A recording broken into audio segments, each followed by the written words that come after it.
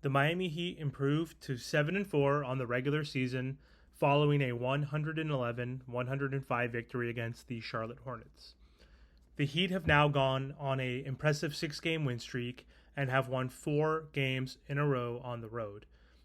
Yes, the Miami Heat have not played any really good teams during this stretch, but it's still impressive because most of these games were on the road and the Heat were missing key players like Jimmy Butler for a game and have been missing Tyler Hero for the past 3 games, and they've been missing Caleb Martin since the first game of the season. Welcome back to the My Team to Beat Miami Heat basketball channel. My name is Amir. Before I get into the video today, just want to thank everybody for their continued support. If you guys could, please subscribe to the channel. That would mean a lot to me. And if you could like and comment and share this video, that would be awesome. So, the Hornets tonight, or last night, were missing a ton of players. So, Brandon Miller, their rookie, was out. Gordon Hayward and Terry Rozier and others weren't playing. So, realistically, on paper, this win wasn't that impressive, honestly. This game felt like a trap game from the beginning. And in the first quarter, the Hornets got off to a really hot shooting start behind PJ Washington specifically. He went 4 for 4 from 3 in the first, and then LaMelo hit his first 2 as well. So they were 6 for 6 to start the game, and they were able to gain a substantial lead. I believe they were up 15 or 16 at one point in that quarter. And the Heat were down by the end of the quarter only by 8, so they were able to come back and chip away a little bit. So they were down 32-24, but the Heat weren't shooting the best, and the Hornets came out firing on all cylinders. So the Heat started to take this trap game seriously in the second quarter, and they were able to outscore the Hornets 33-16. Bam and Haywood Highsmith were balling defensively in that second quarter, which helped the Heat come back. Haywood Highsmith was also balling on offense, and he was everywhere in that quarter. He hit a few threes. He had a few layups. One was off the dribble. One was from an assist from Jaime Jaquez. And he scored all 12 of his points in that quarter, which was huge. Jimmy Butler also ended that first half with a bang after hitting a half-court buzzer beater. And speaking of Jimmy Butler, so Jimmy was Himmy last night. So this felt like his first and only real game of the season thus far where he took the game serious. He was active on both ends of the court. He was engaged early on. He was trying hard. He was hustling. He was super efficient from the floor. So this was by far his best game overall, statistically, but also mentally. So happy to see Jimmy try for once in the regular season. So it took a while. It took game 10, or game 11. But yeah, happy that Jimmy was able to do that because the Heat desperately needed him to do that. So the Hornets cut the Miami Heat's double-digit lead, which the Miami Heat gained by the end of the third quarter.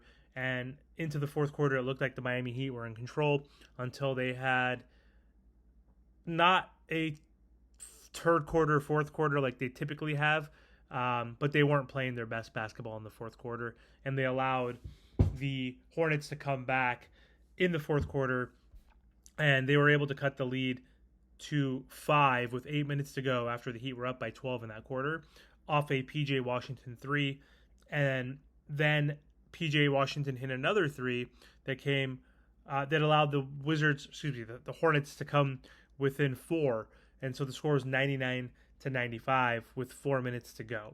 But Duncan Robinson, who's been playing great lately in the absence of Tyler Hero, hit a super clutch 3 to put the Heat up back by 7.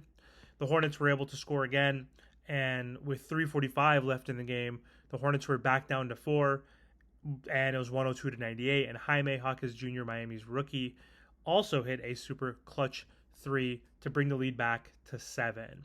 And the Heat ended up ultimately winning their second in-season tourney game, 111-105. The Miami Heat have looked pretty good in these 6 games, and they have completely turned this season around, even though they've been semi-underhanded throughout this season. So the Heat started off 1-4 and were last place in the Eastern Conference at 15th, and we just were playing horrible. Our offensive net rating was bad. Our defense was bad, but we've won 6 in a row. We're 7-4 now, and the Heat are third in the Eastern Conference. So excited that a lot of players are playing better and stepping up when called upon, especially players like Jaime Jaquez Jr. Josh Richardson has been better these last 3 games, and then Duncan Robinson, of course, who's now a starter in place of Tyler Hero, has also been really good. But players like Kevin Love have stepped up. Drew Smith has stepped up for a game, not this game specifically. Kyle Lowry, again, not this game specifically, had a horrible game, but in the other games, he's been playing really well. So the Miami Heat are really deep. They actually are showing how deep this team is. Jimmy Butler's already missed a few games. Bam's missed a game. Caleb Martin, who's a big piece in their playoff run last season, has missed 9 games this season. So he's played 1 game so far. Nikola Jovic is like not even in the rotation. He's played like 1 game this entire season. Orlando Robinson has not even played. Thomas Bryant is almost out of the rotation completely. And they're capable players of having a good night here and there throughout the regular season. So it does show that we do have a really deep team, and that's what Pat Riley and Spo have said during the offseason after we were unable to acquire Damian Lillard. And so I'm excited to see Caleb come back. He's supposed to come back tomorrow against the Nets. The Heat are going to be playing a home game against the Nets before they go back on the road. So Caleb is going to be available.